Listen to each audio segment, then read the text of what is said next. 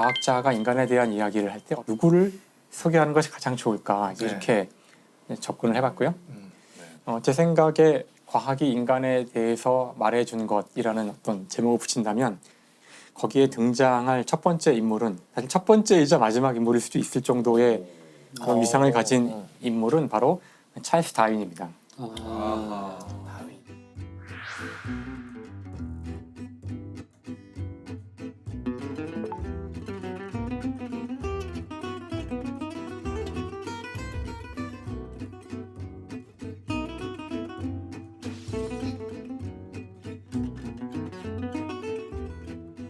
다윈의 이름을 모르는 사람은 없지 않을까요? 드러는 드러는 다 봤을 거라고 생각을. 아는 건 진화론, 그 다음에 그렇죠. 종의 기원, 이 두 개밖에 없는 것 같은데. 그렇죠. 더군다나 이 찰스 다윈이라는 사람은 명성에 걸맞게 충분한 그 스토리를 갖고 있는 사람이기도 해서 아 좋아요. 일단 영화적인 인물이군요. 이미 영화화됐어요. 그래서 이미 영화화되기도 했고 의외로 사람들이 잘 알지 못하는 하지만 아주 유명한 그런 이분을 소개하면 어떨까 하고 이제 준비를 해봤어요. 좋습니다. 어떤 점에서 끌리셨나요, 우리 다윈님? 사실 그 진화론이라는 그 이론 자체가 우리 인간이 생명에 대해서 할 수 있는 가장 근원적인 질문에 대한 답을 해줘요. 이렇게 다양하고 많은 생명은 도대체 어떻게 해서 만들어졌나? 어떻게 생겨났나? 근본적인 우리는 어디서 왔는가? 그렇죠. 우린 무엇인가? 네. 이거 하나가 장대한 사실 스토리죠. 아 예. 그러니까 다윈 같은 경우는 흔히 말하는 금수저 집안에 어머니가 아마 이름만 들으면 아실 웨지우드 전혀 모르겠어요. 도자기. 골프채 이름 같은. 도자기 도자기. 웨지우드 접시.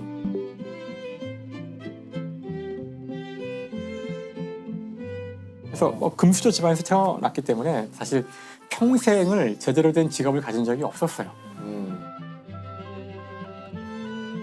한량이었어요? 그거를 한량이라고 하기엔 그러니까 돈이 많아서 사실 직업에 대한 걱정은 크게 없었는데 아무튼 그래서 집에선 당연히 의사가 되거나 아니면 뭐 신학자가 되거나 근데 다윈은 흥미가 없었기 때문에 이제 당연히 이제 의사는 재미가 없어서 그만두고 때려치고 그래서 결국은 신학에서 학위를 받게 돼요. 와. 다윈이 신학 학위가 있어요? 아이러니네요. 근데 이제 그 신학 학위를 받은 바로 그때 비글호를 타게 돼요. 비글호요? 이름이 비글호예요? 배 비글을 좋아하셨나? 비글호는 배고요. 그 배는 이제 당시 영국 해군의 미션을 받아서 남미를 측량하러 가는 그런 일을 맡게 돼요. 남미. 근데 어쩌다가 그 배를? 그러니까 신학 학위를 받았는데 왜 그 배를 타게 된 거예요? 그러니까 사실 그 신학 학위를 하면서도 그 자신의 그 다른 곳에 대한 열정. 그러니까 다윈은 어릴 때부터 이렇게 사람들하고 막 놀고 이런 것보다도 딱정벌레를 수집하거나 아니 그런 자연에 대한 굉장히 관심이 많았어요. 책도 많이 읽고. 그래서 이제 그런 쪽의 사람들도 많이 만나서 그 당대에 유명했던 지질학자나 이런 생물학자들하고 교류를 많이 했고요. 그래서 이제 그 중에 한 사람이 비글호가 이런 임무를 가지고 떠나는데 여기 이제 박물학자 한 사람을 구하고 있었거든요. 그래서 이 사람 저 사람 이제 알아보다가 많은 사람들이 나 못 가 뭐 여러 가지 이유로 못 가서 이게 쭉 돌고 돌아서 다윈까지 온 거예요. 근데 박물학자가 뭐예요? 박물. 물. 다양한 것을 모으고. 그렇죠. 수집하고 이런 거죠. 우리 박물관 할 때 그 박물. 맞아요. 그때 다양한 거를 수집할 수 있는 가장 좋은 방법은 새로운 땅에 가는 건데 그래서 당시 이제 그런 학자를 찾았기 때문에 다윈한테 해보지 않겠냐? 그래서 당연히 이 사람은 너무 하고 너무 좋아 이거는. 새로운 거. 그래서 결국은 이제 배를 타게 되죠. 비글호를 타고 그 여행을 5년간 갔다 오는데 5년이요? 무려 5년을. 왜냐면 남미의 끝까지 갔기 그렇죠. 때문에 난 못 타. 근데 다윈에겐 다행히도 배에 계속 타고 있어야 되는 건 아니었고 이제 배는 다니면서 측량을 하고 자기는 어딘가 내려서 계속 있다가 이제 이동할 때만 타고 했기 때문에 상당히 많은 시간을 실제로 육지에 있었다 그래요. 그리고 다윈은 남미에 탐험하는 그 기간 동안에 수집해서 자신이 모아놓은 것들을 이제 계속 본국으로 보내요. 보내서 박제로 만들어 보내기도 하고 뭐 새로운 이제 화석도 찾아내고 그래서 다윈은 이미 그것만으로도 유명한 과학자가 되긴 됐었어요. 그 탐험 여행 끝에 이제 남미를 다 돌아보고 남미를 떠나서 갔던 첫 번째 섬이 바로 갈라파고스였어요.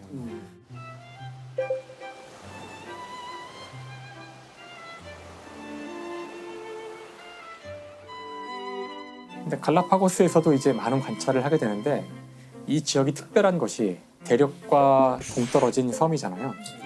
그래서 이 섬에서는 정말로 한 번도 본 적 없는 괴상망측한 생명체들이 있는 거예요. 그러니까 그때 이제 새들을 핀치라는 새들을 네. 관찰을 하고 부리에 대한 많은 기록을 남겼는데 여기 섬이 한 개가 아니었거든요. 네. 몇 개의 섬이 있는데 제도라 그러잖아요. 네. 그 새들은 전혀 모양이 달라서 다윈은 다른 종인 줄 알았어요. 다른 종류의 새인 줄 알았어요. 그렇겠네요. 근데 나중에 이제 갖고 와서 이걸 해부를 하고 정확하게 조사해 보니까 같은 종인 거예요. 근데 핀치였구나. 같은 종인데 왜 이렇게 변화가 심하게 일어났을까? 그러니까 이런 현상들은 일반적으로 보기 힘들어요. 저희가 사는 이 세상은 워낙 이미 수많은 종들이 서로 경쟁을 해서 딱 균형을 다 이루고 있기 때문에 이런 일이 잘 안 일어나는데 이 섬은 워낙 좁은 고립된 곳이기 때문에 하나의 종인 새도 상황에 따라서 아주 급속하게 변화가 타타닥 일어나서 다양한 종류의 부리를 어떤 부리를 가진 새는 나무를 쪽이 돼 있고 사실 이렇게 다르면은 딴 데서는 다른 종이거든요. 여긴 그렇지 않았던 거죠. 근데 문제는 이제 돌아와서부터 이제 고민이 시작되는 거죠. 돌아와서 고민이 되지, 이제. 예, 자신의 데이터들을 이제 가지고 분석을 하고 책을 쓰려고 하다 보니까 뭔가 이제 그게 있는 거죠. 이거 생명의 다양성에 대한 자신이 답을 찾은 것 같은데 함부로 이야기 서서히 답이 보이는데 이게 굉장히 위험한 답이란 사실을 알게 되는 거예요. 그래서 불경하다. 그렇죠. 네. 그래서 1836년에 돌아왔지만 종의 기원이라는 책이 출간되는 것은 1859년. 20년이 넘게 걸렸네요. 무려 한 25년 가까운 시간을 더 이제 보내야 되는데 물론 그 사이에 많은 일들이 있었지만 기본적으로는 과연 이것이 옳은 이론일까? 그리고 이걸 냈을 때에 자기한테 돌아올 엄청난 엄청나네. 공격과 비난 이건 단순한 어떤 과학자로서의 공격이 아니라 성경에 나오는 그 말씀을 다 위반하고 모든 사람이 믿고 있던 인간의 존엄성, 인간은 고귀한 존재고 선택받은 존재라는 것을 다 깨뜨릴 수 있는 거기 때문에 본인이 먼저 완벽한 증거들을 얻어야 한다고 믿고 질문을 하고서 그걸 다 답을 찾는 데까지 시간이 걸리는 거예요. 보강을 하는 데까지. 코페르니쿠스랑 비슷한 것 맞아요. 같네요. 코페르니쿠스가 이제 지구가 이 세상의 중심이다라는 걸 모든 사람이 그렇게 생각하고 있을 때 열심히 관측하고 꼼꼼하게 기록해서 봤더니 그러면 안 되는데 자꾸 태양이 중심에 있고 지구가 움직이는 결과가 자꾸 나오는 거죠. 그래서 이거를 낼 때 약간 고민을 많이 하셔서 나중에 거의 이제 인생의 말년까지 와서 병상에 누워서 그때서야 책을 집필을 하셨다고. 그래서 천체 회전에 관한 그 논문의 이름이 앞에가 레볼루션이잖아요. 천체 회전이란 말이 레볼루션인데 얼마나 놀라서 이것이 혁명이란 단어가 본인이 붙인 거예요? 아니 레볼루션은 원래 회전이라는 회전이라는 뜻을 갖고 있어. 레볼루션이 원래 회전이에요? 회전. 근데 그게 너무 혁명적이라서 혁명으로 바뀐 거구나. 회전이라는 것이 혁명인 것이었던 거죠. 그래서 추가로 그런 뜻을 갖게 돼요. 와. 이럴 때 보면 이 프로하길 잘한 것 같아요. 레볼루션이 원래 회전이었던 거 알았어? 코페르니쿠스가 하면 바로 이제 그래서 사실 그 코페르니쿠스의 지동설은 이제 그 성경에 나오는 한 구절 때문에 문제가 되었던 것이고 지금 다윈이 하려는 얘기는 성경 정면으로 전체를 그냥 반박하는. 그 창세기 전체일 뿐만 아니라 그 인간에 대한 수많은 이야기들을 전체를 부정하는 거죠. 근데 일단 욕을 뭉태기로 먹었을 것 같은데요. 욕을 먹은 정도가 아니라 왜냐면 진짜 뭐랄까 변을 안 당한 게 이상할 정도로. 심지어 본인도 고민을 많이 하는데 이 다윈의 와이프가 독실한 또 신자였거든요.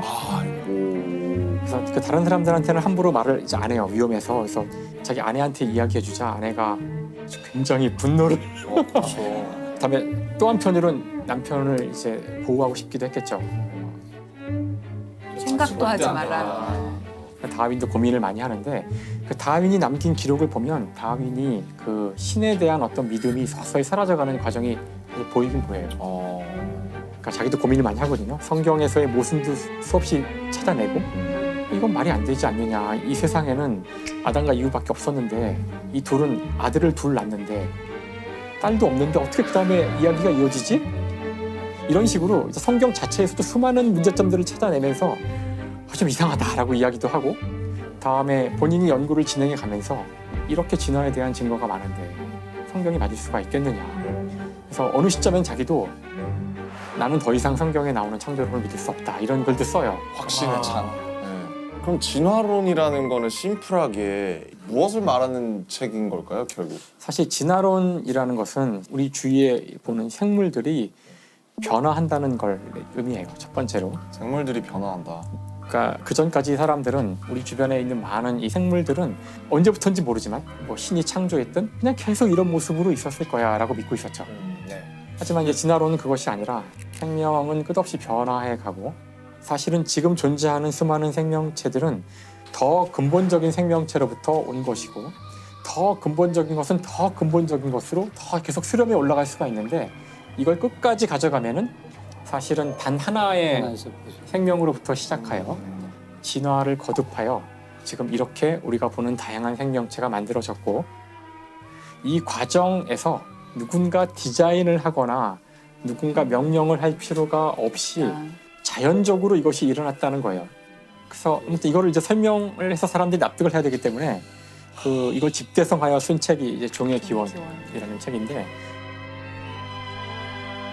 이 책이 아주 고도의 전략을 쓰게 돼요. 이 책을 아마 많은 분들이 이 책은 과학의 고전이라니까 한번 읽어볼까? 그렇게 읽어보시려고 했던 분들은 이제 읽다가 엄청난 그 자기 환멸과 아, 네? 분노를 느낄 수 있는 책인데 시작 부분이 그래요. 시작 부분이. 그러니까 책의 시작 부분은 비둘기에 대한 이야기로 시작하는데 우리나라 사람들은 알지도 못할 비둘기에 대한 수많은 이름들이 나오기 때문에 그 영어로도 나오는데 찾아보면 다 비둘기라고 돼 있거든요. 아, 다양한 비둘기들의 수많은 이름들이 비둘기가 나오는데 도대체 나는 종의 기원이라는 그 위대한 이론을 알고 싶은데 왜 비둘기 이야기만 이렇게 오래 하는 걸까? 이게 이제 당시 그 다윈이 살던 시대 그 시대에는 비둘기뿐만 아니라 강아지도 그렇고요, 고양이도 그렇고 그걸 잘 키워가지고 아주 독특한 형태로 만드는 게 되게 유행이었어요. 그러니까 이 다윈은 처음에 어떻게 시작한 거냐면은 이걸 봐라. 인간이 개입하여 특별한 결과를 얻고 싶을 때 비둘기를 가지고 이미 우리는 수많은 교배를 통해서 원하는 형질을 얻어왔다. 이미 그걸로 증명이 되고 있다, 우리 주변. 하고 있지 않냐? 네. 우리는 진화를 벌써 시킨 해왔다. 거죠. 우리가 이걸 골라온 거죠.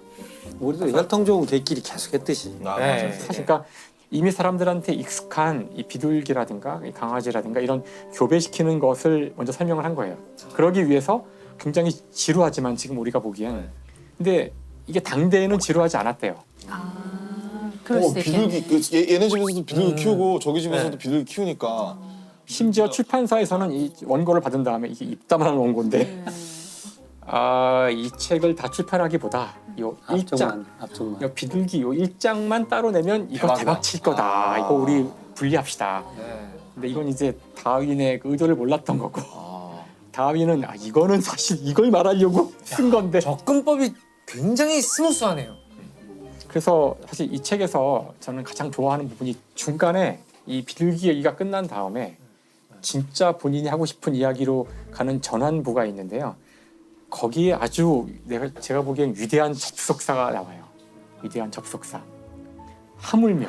하물며라는 하물며라는 접속사가 나오는데 이 앞에 문장이 뭐냐 하면은 이처럼 우리 인간은 비둘기와 다른 동물들을 우리가 원하는 쪽으로 교배를 통해서 개량해 왔다는 거예요. 개량해 왔다. 하물며 자연은 수많은 생명체의 경쟁을 통해서 이것들을 그 환경에 맞도록 계속 선택을 해왔다는 거예요. 자연 선택이 거기서 나오는 그렇죠. 바로 인간이 해왔던 것을 이 자연 전체가 그 순간의 환경에 가장 적합한 존재들을 선택해왔고 이 생명종 전체를 바꿔왔다. 자연이. 네, 바로 이 얘기를 그리고 나는 지금부터 그 증거들을 하나씩 보여주겠고 거기서 나올 수 있는 모든 질문에 다 답을 할 것이다. 야, 준비가 다 됐으니까. 그러니까 25년이 걸렸구나. 야, 그런 책이라고는 생각 못했어요. 왜냐면 이거는 단순히 어떤 새로운 발견이 아니라 인간을 능멸하는 걸 수도 있거든요. 인간의 어떤 자존심을 건드린 거라서 문제가 된 거죠. 지구상의 모든 생명체는 어느 한순간에 정확히는 모르지만 한 38억 년 전쯤에 지구에서 시작되어서 그 이후에 똑같은 시간 동안 진화해 온 거예요. 우리와 박테리아, 바이러스 할 것 없이 다 뭐가 그냥 다르냐. 다 똑같은 그런 존재라는 걸 이야기를 해주고 있어요. 그러니까 진짜 무서운 거죠. 많은 사람들이 정말 이 이론에 충격을 받고 대단히 싫어했지만 근데 이 책이 너무나 완벽하게 쓰여졌기 때문에 영국의 과학자들 가운데 진화론을 인정하지 않는 사람은 거의 없었다는 평가예요. 대략적으로는. 결국 하지만 일반인들을 대거 진화론을 지지하는 쪽으로 몰고 가는 사건이 이제 시작돼요. 이게 뭘까요? 어떤 이제 보기에 따라서는 어떻게 오해될 수가 있냐면은 선택받는다는 것이 어떤 경쟁을 통해서 약육강식의 세상을 합리화하는 식으로 이용될 수가 있습니다. 그래서 우생학 같은 것도 맞아, 어떻게 보면 바로 네, 그거죠. 강한 네, 것들만 네. 살아남고 강한 것만 살아남고 또는 이걸 거꾸로 보면 살아남은 것은 왠지 강한 것이고 이걸 인간 사회로만 좁혀서 보면 가장 지금 우월한 백인들이야말로 살아남을 살아남을 가치가 있는 그런 어떤 인종이고 아니면 유색 인종들은 지배를 받아야 될 그런 인종일 수도 있는 거죠. 바로 이것은 당시에 한참 아시아와 아프리카를 식민지화해가던 빵만 유럽에게 아주 필요했던 열강. 어떤 사상이었을 수도 있던 그렇게 거예요. 쓸 수도 있었겠어요. 다윈 자신은 알았을까요? 그 점에 대해서 혹시 미리 우려했거나 우려했죠. 아 그런가요? 네. 악용될 수 있겠구나. 악용될 수 있기 때문에 사실 그 진화라는 단어를 초판본엔 쓰지 않아요. 에볼루션. 영어로 에볼루션인데 에볼루션이라는 단어는 쓰지 않고요. 그 에볼루션이 들어가야 되는 장소에다가 정확하게는 그 디센트 오브 모디피케이션이라 그러는데 수정을 통한 나아짐이랄까? 뭐 이 정도의 느낌의 단어를 사용하는데 진화를 아주 완곡하게 풀었네요. 예, 완곡하게 네. 이것이 왜냐면은 그 에볼루션이라는 말에는 무언가 더 좋아지는 듯한 느낌? 네. 뭔가 방향이 네. 있는 듯한 그러니까 그런 뉘앙스를 주고 싶지 않았던 거예요. 근데 워낙 사람들이 에볼루션이라는 단어를 좋아하다 보니 다음에 이게 또 한 단어로 착착 붙잖아요. 네. 그래서 결국은 이제 이 단어로 귀착됐는데 후회하죠. 이걸 나중에 후회하고 뒤에는 쓰긴 쓰는데 계속 안타까워해요. 아, 여기에는 어떤 나아진다는 진보한다는 개념은 없다. 그러면은 여기서 결국 이제 이런 질문이 나올 수밖에 없는데 그러면은 되게 다른 답이 나올 수 있다고 생각하는데 그럼 인간과 다른 여타 동물들을 어떤 구분짓는 어떤 기준이 있다고 생각하신다면 그게 어떤 거라고 생각하시는지. 항상 이런 문제를 접하면 과학자는 똑같을 거예요. 인간이란 무엇인가? 인간의 정의부터 정의. 생각을 해야지만 이 질문이 시작되거든요. 네. 네. 그래서 그러니까 인간에 대한 그 정의가 여러 가지가 사실 있잖아요. 있을 수 있겠죠. 여기 네. 작가님도 많이 아실 것 같은데 네. 저 같은 과학자한테 물어보면 인간은 DNA에 있는 정보로 규정되는 그런 종이죠. 그러니까 종이란 건 별게 아니라 서로 번식이 되면 종이에요. 네. 서로 이제 교미 적당한 단어가 그렇죠? 뭐 짝짓기. 예, 뭐. 짝짓 네. 그렇죠. 짝짓기. 그러니까 사실 종에 대한 정의는 그런 식으로 짝짓기로 정의가 돼 있는 거고 우리 인간이란 호모사피엔스라는 종은 우리가 가진 DNA 정보를 가지고 이야기할 수 있고요. 그러면 다른 종과는 DNA가 조금 다른데 그 다른 동물과 또 다른 동물은 또 DNA가 약간 다르죠? 김영하 선생님은 네. 이 얘기에 대해서 어떻게 생각하세요? 어렵다고 생각합니다. 지금 많이 골똘히 생각에 잠겨 계시더라고요. 네. 인간이란 오랫동안 말씀 안 무엇인가? 하셨는데 근데 이제 저는 이야기를 쓰는 사람이니까 인간과 다른 종을 구분하는 가장 큰 것은 인간은 이야기를 한다는 거죠.